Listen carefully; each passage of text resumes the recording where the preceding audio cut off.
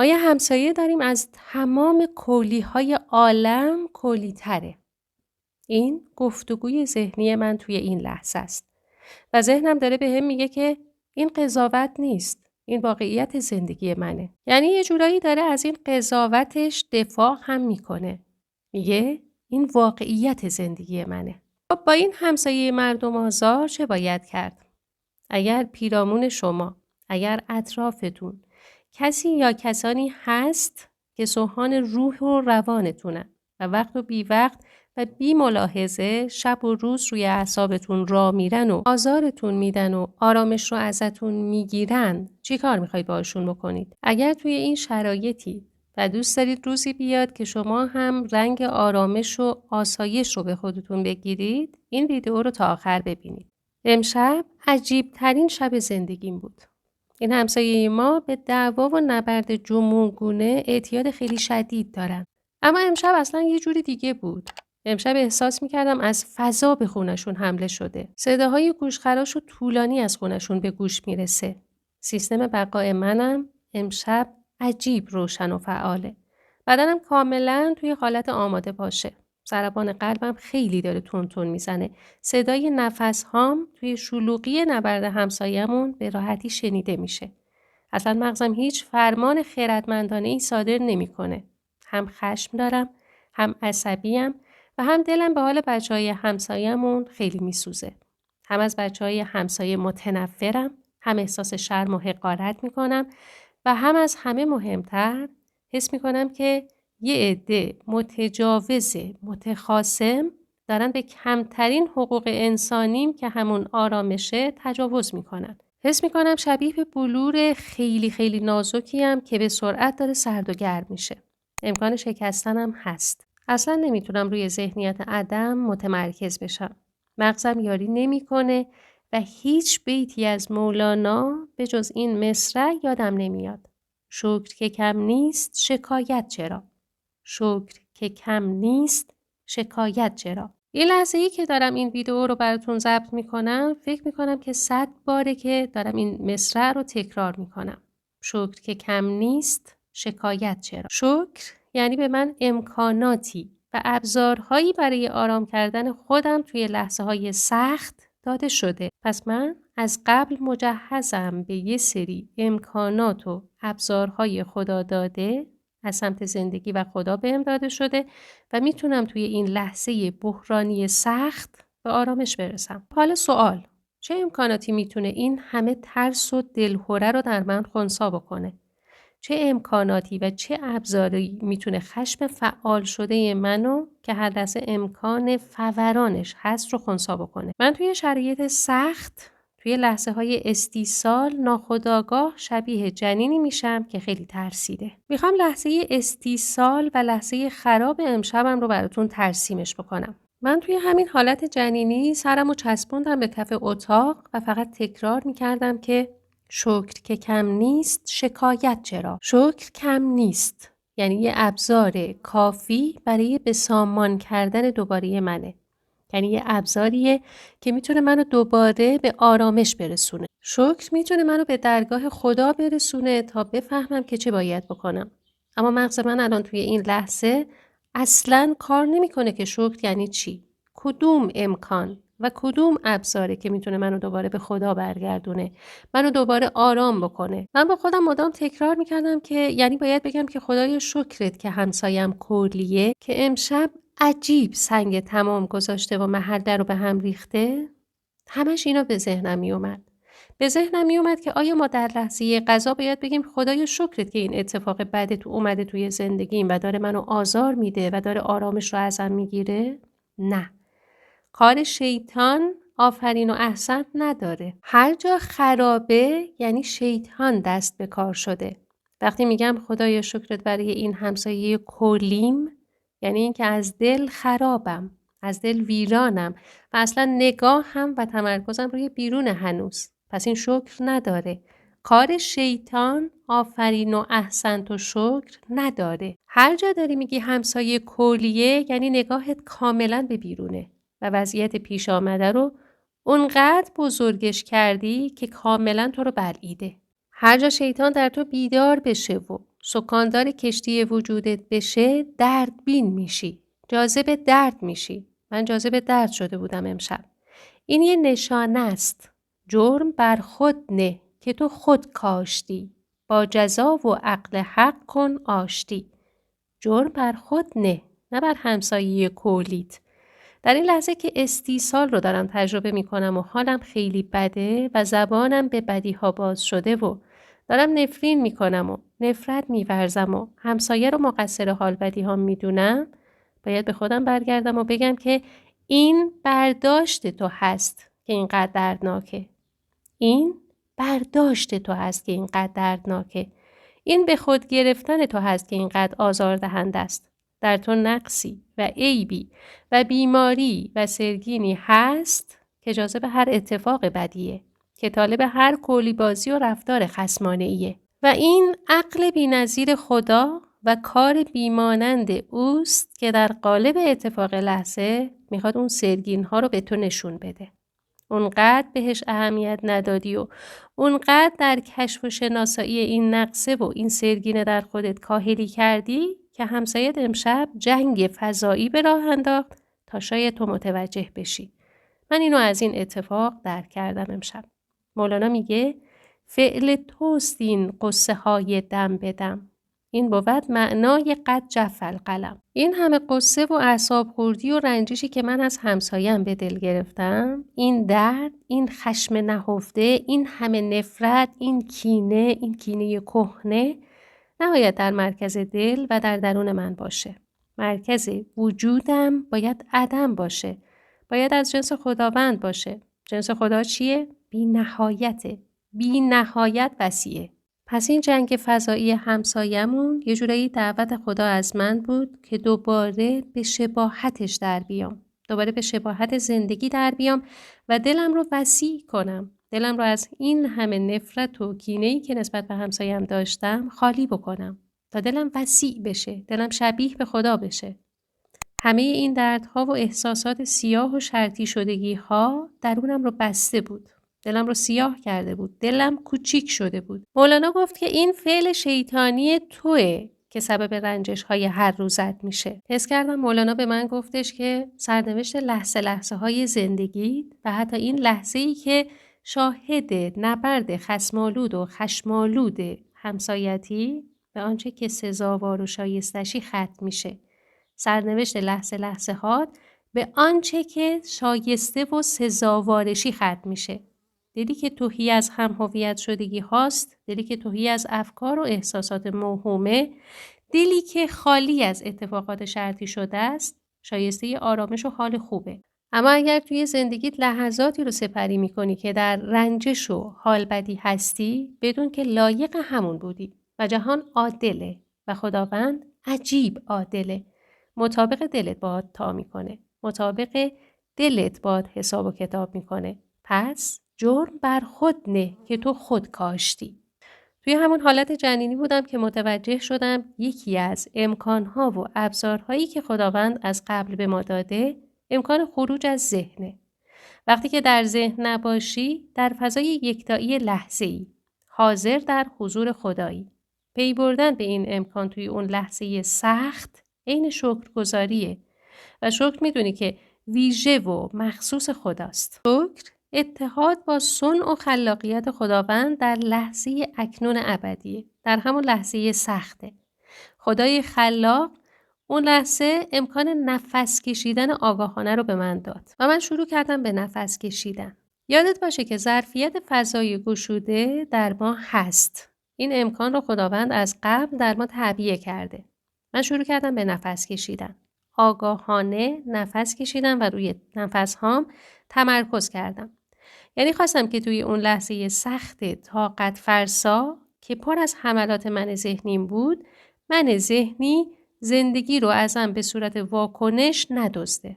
زندگی رو ازم به صورت تنفر از همسایمون، به صورت قضاوت کردنش ندزده. میخواستم درک بکنم که این من ذهنی خودمه که توی این لحظه داره زندگی و فضای گشوده رو از من میدزده و تبدیلش میکنه به خشم، تبدیلش میکنه به حال بدی ها، تبدیلش میکنه به این که به همسایم بگم کولی، یعنی واکنش نشون بدم به این کاری که داره میکنه. مولانا گفت گر نه موشی دزد در انبار ماست، گندم اعمال 40 ساله کجاست؟ اگر در تو موش من ذهنی فعال نشده، اگر در تو موش من ذهنی وجود نداره، چی شد اون همه کار کردن روی خودت؟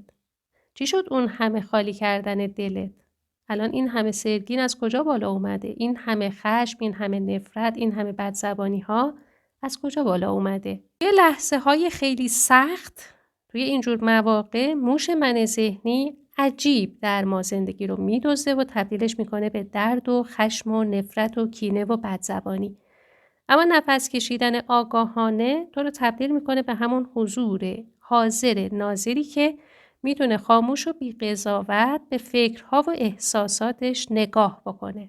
میتونه اونها رو مشاهده بکنه. میتونه از ذهن فاصله بگیره و به ذهن نگاه بکنه. آدمی دید است. اصل ما همین قابلیت و قدرت دید نظر و نگاه کردن به فکرهامونه. ما وقتی که به این قابلیت، وقتی که به این قدرت دوباره برگردیم و در حالت حضور ناظر قرار بگیریم و به فکرهامون نگاه بکنیم، اون فکرها از قدرت و اعتبار میافتن. اون فکرهایی که میگن همسایه مقصره، همسایه کلیه، همسایه فلانه، همسایه باعث میشه که من آرامش نداشته باشم و همه این سبب سازی ها از قدرت میافتن. من توی همون حالت نفس کشیدن آگاهانه تونستم به فکرهام نگاه بکنم. همش فکرهای شرطی شده بود. پر از افکار دشمنی بودم. همسایه رو مانعی برای آرامشم میدونستم. همسایم رو مقصر سردردهام و بیخوابیهام میدونستم. این دقیقاً کار شیطان درونه. شیطان در لحظه سقوطش از حضور خداوند و از بهشت لحظه گفت که خدایا مقصر این سقوط تو بودی. مقصر این سقوط تو بودی. یعنی از خودش سلب مسئولیت کرد. منم مقصر حال بدی هام رو 100% همسایم میدونستم. اما باید میگفتم که خودم بودم. انا ظلمنا. گفت آدم که ظلمنا نفسنا. گفت خودم بودم که سقوط کردم. توی اون لحظه این دیده مقصر بین رو شناختم. احساس خشمم رو دیدم و نگاه کردم بهش. احساس تنفر شدیدم رو دیدم. یه حس دلسوزی آمیخته با نفرت عجیبی در من بود که تونستم اون رو هم مشاهده بکنم. همچنان نفس کشیدم. همین توانایی نفس کشیدن آگاهانه و دیدن افکار و احساسات هم امکانها و ابزارهای زندگی بود که از قبل در من تعبیه شده بود. یعنی خدا این امکان و این ظرفیت رو از قبل به من داده بود که بتونم توی لحظه های سخت با نفس کشیدن آگاهانه و با نگاه کردن به افکارم خودم رو درونم رو خیلی خوب ببینم و مشاهده کنم و از درونم و از آنچه که در قالب من ذهنی در من شکل گرفته بود جدا بشم. وقتی که جدا شدم و دیده مقصر بین رو در خودم دیدم، دیگه تمرکزم از روی همسایم کاملا برداشته شد و تمرکزم رو گذاشتم روی خودم. مولانا گفت شکر که کم نیست شکایت چرا؟ وقتی که این ظرفیت رو دارم، وقتی که این توانایی و قابلیت در من هست که توی لحظه اتفاق به جای اینکه تمرکز کنم روی خودم و روی درونم تمرکز بکنم، چرا این کار رو نباید بکنم؟ شکر که کم نیست شکایت چرا؟ همین امکان میتونست مانع شکایت و خودخوری و درد در من بشه. یعنی قبل از اینکه من تمرکزم و توجهم میرفت روی همسایه و همسایه رو کلی میدونستم، اگر این توجه و تمرکز رو میذاشتم روی دلم، روی درونم و نقص رو در خودم شناسایی میکردم و متوجه میشدم که در من یک قابلیت خدا داده هست که میتونم روی خودم تمرکز بکنم، که میتونم درد رو در خودم شناسایی بکنم، امشب اینقدر به درد کشیده نمیشدم. مولانا خیلی قشنگ داره به ما میگه که به تو ظرفیتی داده شده که توی سخت‌ترین لحظه ها، توی سخت‌ترین شرایط میتونی خودت رو مدیریت و مهندسی بکنی و دوباره به آرامش برگردی و دیگه نمیخواد اینقدر تمرکز بکنی روی بیرون و بخوای حالا بیرون رو درست بکنی. به تو قدرت و مجوز و امکان تغییر و درست کردن بیرون رو ندادن. پس اینقدر جدل نکن. به تو فقط مجوز این رو دادن که فضای درونت رو باز بکنی. این قابلیت در تو هست. این رو پیدا کن. شکر که کم نیست، شکایت چرا؟ خب، اینجا کانال یوتیوب رادیو معناست و شما در حال گوش دادن به تجربه ماناهیتا از یک اتفاق زنده‌ای. لطفاً برای انتشار این آگاهی فقط و فقط لینک این ویدیو رو توی صفحات شخصی و عمومی منتشر بکنید. خیلی ممنون از شما. هر گونه تغییر و تحریف و تبدیل این ویدیو به وایس و انتشارش در سایر پلتفرم ها ممنوعه. تنفس عمیق آگاهانه کم کم منو آروم کرد و سیستم بقایم رو مطمئن کرد که خطری نیست و بقایش تضمینه. توی همین آرامی ها بود که مثل همیشه خواستم در درونم و در خودم اون هم هویت شدگی رو شناسایی کنم که امشب منو به درد و رنج کشیده بود و منو شاهد یک بگو مگوی فضایی کرده بود. بزرگان معنا و مخصوصا مولانا میگن که ما هر لحظه شاهدان خیشتنیم. یعنی اون چرا که در زندگیمون رخ میده انعکاسی از من ذهنی و یا انعکاسی از من برترمونه. انعکاس درونمونه. مولانا با یک بیان تمثیلی خیلی زیبا میگه که فیلی به کنار رودخونه ای رفت و عکس خودش رو توی آب دید و شروع کرد به رمیدن و بروز دادن خشمش. مولانا دلیل این فعل فیل رو این میدونست که این فیله آنچه را که در خودش بوده رو چون در دیگران دیده تاب تحمل اون رو نداشته و شروع کرده به رمیدن. به زبان ساده مولانا داره به ما میگه که در ما هم هویت شدگی ها، سایه ها و یا سیاهی هایی هست که پنهان شدن. پنهانشون کردیم، انکارشون کردیم و یا سرکوب شدن در ما. و یا نه تا وقتی که در خودمونه برامون آزاردهنده نیست. اما دیدن همون صفت در کسی دیگه‌ای برامون خیلی آزاردهنده میشه. واسه همینه که به خشم میایم. واسه همینه که عصبی میشیم و بهش واکنش نشون میدیم. اینا همون سرگین‌های پنهانی در زیر جوی آرام وجودمونن که مولانا میگه به محض اینکه اتفاق این جوی آرام رو متلاطم میکنه، این جو رو به هم میزنه، اون کثافات بالا میان و ما رو به خشم میارن و ما رو نگران میکنن، ما رو میترسونن، ما رو به واکنش میکشونن. گرچه خود را بس شکسته بیند او، آب صافی دان و سرگین زیر جو. چون بشوراند تو را در امتحان، آب سرگین رنگ گردد در زمان. در تگ جو هست سرگین ای فتا، گرچه جو صافی نماید مر تو را. سعی کنید این 3 بیت بی‌نظیر رو حفظش بکنید و مدام بخونیدش تا کاملا بهش مسلط بشید و تا کاملا عمقش رو درک بکنید که هر سرگینی، هر سیاهی، هر هم هویت شدگی یا هر سایه‌ای که در ته مرکزت پنهان شده، خداوند با قانون غیرتش و با قضا اونو بهت نشون میده. اونو در قالب یک اتفاق بهت نشون میده. البته اگر آگاه نباشی بهش. حالا اگر آگاه به این علم بشید یا اینکه آگاهانه به این علم برسید، دیگه هیچ تنش بیرونی آزارت نمیده. دیگه هیچ اتفاقی برات آزاردهنده نیست و حتی برات تبدیل میشه به یک کلاس درس. درسته؟ خب هنوز با من همراهید؟ این تجربه و این آموزه جناب مولانا رو دوست داشتید؟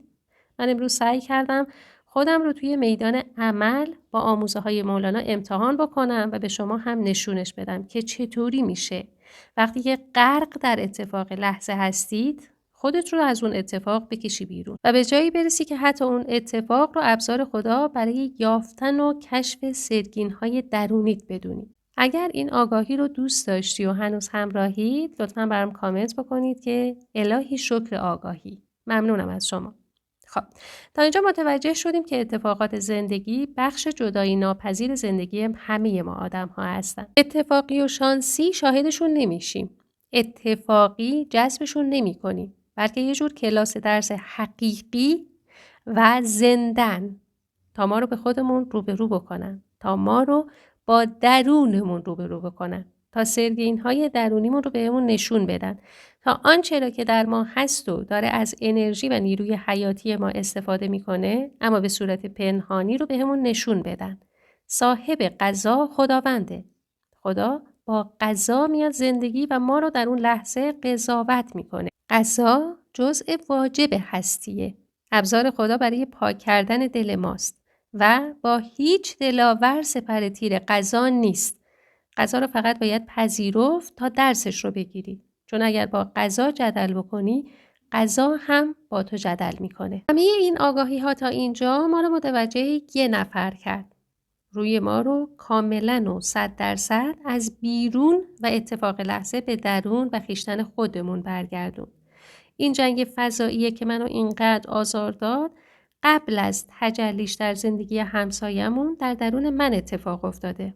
بیماری من ذهنی من با افکار و باورها و ترسهای همانیدش، با حس تنفرش، با انزجاری که در لایه زیرین وجودیم نسبت به بعضی رفتارها داشتم، با خود برتربینی هام، با خودبینی هام، با پندار کمالم من هم هویت بودم.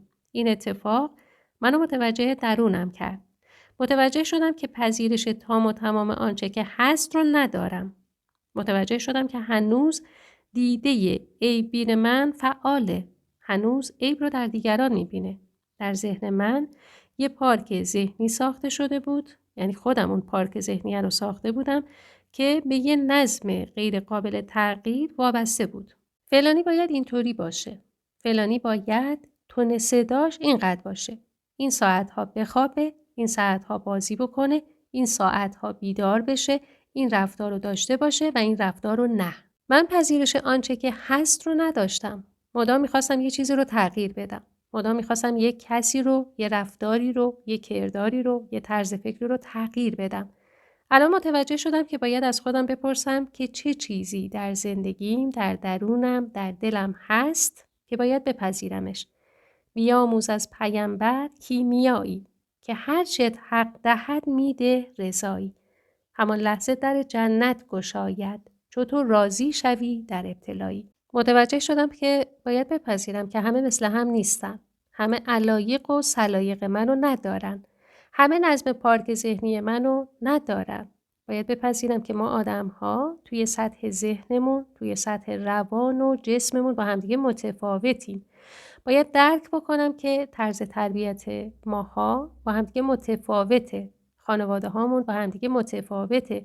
توی لایه‌های ذهنی و جسمی با هم متفاوتیم. و از همه مهمتر باید درک می‌کردم که شاید تذکرها و برخوردهای من با همسایمون، شاید شکایت‌ها و گله‌هایی که مدام ازش دارم و بهش میگم، در اون یه بمب ساخته و این بمب در اون هی رشد کرده و بزرگ شده و الان به مرحله انفجار و برون‌ریزی رسیده. نه؟ این به معنای مقصر دانستن خود توی لحظه اتفاق نیست. به معنای آگاه شدنته. به معنای اینه که گاهی تذکرها، گاهی انتقاد کردنهای شدید ما در دیگران بمب میسازه. اینو باید بدونیم. و این بمب کم کم بزرگ میشه و آخرش منفجر میشه و خودمونیم که ترکشش رو نوش جان میکنیم. پذیرش اون نقطه گم شده من بود. پذیرفتم که آدم‌ها اصلا نیازی به تذکر دادن و تذکر شنیدن ندارن. پذیرفتم که وقتی که با ذهن با یکی حرف میزنی و رفتار میکنی باهاش، از لایه ذهنیش و با الگوی جدل و ستیزه یا فرار و مقاومت باید حرف میزنه. شاید درس امشب من توی این لحظه خیلی سخت و توی این اتفاق وحشتناک درس پذیرشه. خدا رو شکر برای این لحظه مقدس که حاضر در حضور تویی. خدا رو شکر. خب اینجا کانال یوتیوب رادیو معناست و شما با من در یک تجربه پردرس همراه و همسفر بودید. فراز و نشیب‌های بودن در من ذهنی رو دیدید. حملات غول نفس رو دیدید. افکار پرسرعت و پر از دام من رو دیدید و همچنین اشعار دیوسوز مولانا و مراقبه من با اونها رو هم دیدید. باطل همیشه نابود شدنیه، چون راز هستی اینه که مرکز جایگاه خداست و جایگاه خدا باید بمونه. باید عدم بمونه. یعنی راز اینه که توی هر شرایطی و توی هر وضعیتی پیغام برگرد و رو کن به من رو از خداوند و زندگی بشنویم و عدم بشیم.